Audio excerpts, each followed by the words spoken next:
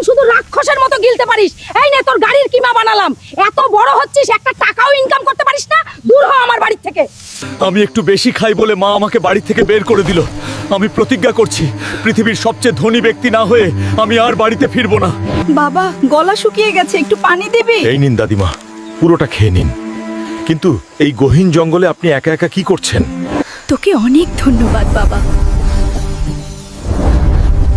তোর দয়ায় আমি মুগ্ধ। আমি এই বনের পরী। তোর মন খুব ভালো, তুই পরীক্ষায় পাশ করেছিস। এখন বল, তোর জীবনের সবচেয়ে বড় ইচ্ছাটা কি?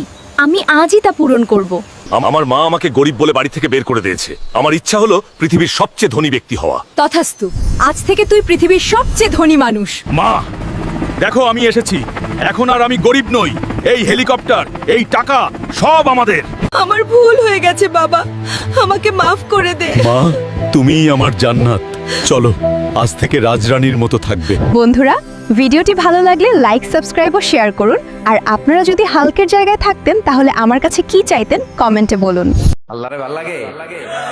জি তাহলে আল্লাহর একটা ডাক দেন, বলেন আল্লাহ। প্রাণ থেকে ডাক দেন, পড়েন আল্লাহ।